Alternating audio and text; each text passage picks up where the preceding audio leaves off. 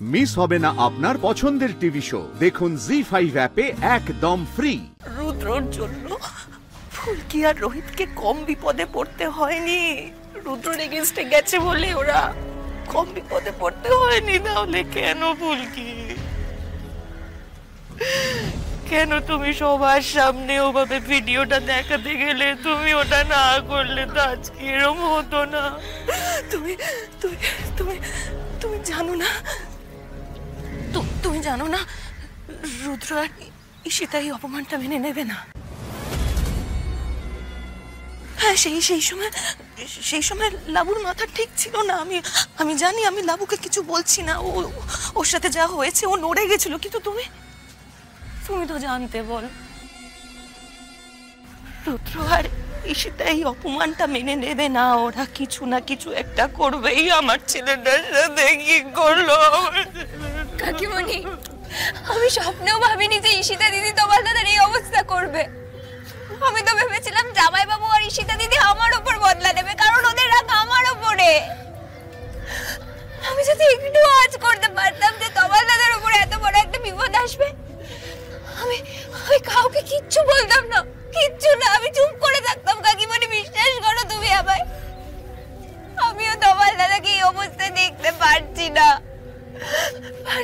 আমি।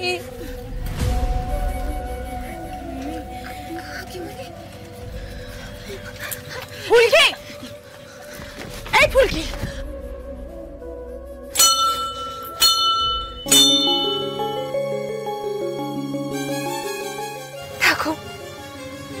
ঠাকুর, তুমি কোনো একটা উপায় বের করে দাও। আমার তোমার দাদাকে সুস্থ করে তোলো ঠাকুর। আমার তোমার দাদাকে সুস্থ করে তোলো। তুমি আমার প্রাণটা নিয়ে নাও, কিন্তু আমার তোমার দাদার জন্য কিচ্ছু না হয় ঠাকুর। চুপ করো। এরকম কেন করছো বলো তো? বুঝতে পারছো না কাকিমুনির মাথা ঠিক নেই। তোমাকে এইসব বলে একটু হালকা হচ্ছে, বুঝতে পারছো না? কান্নাকাটি করো না, চুপ। চলো এসো, চলো জুতোটা পরো। ফুলকি, তোর কাকিমুনির মনের অবস্থাটা তো বুঝতে পারছিস। কিছু মনে করিস না মা। কাকিমণি, এটা তুমি কি বলছো? আমি মনে করব, তাও কাকিমণির কথা। এইসব কথা বলে যদি কাকিমণির মনটা একটু হালকা হয়, হোক। তোমার দাদা শুধু ভালো হয়ে যাক গো। আমি আর কিচ্ছু চাই না কাকিমণি, কিচ্ছু না।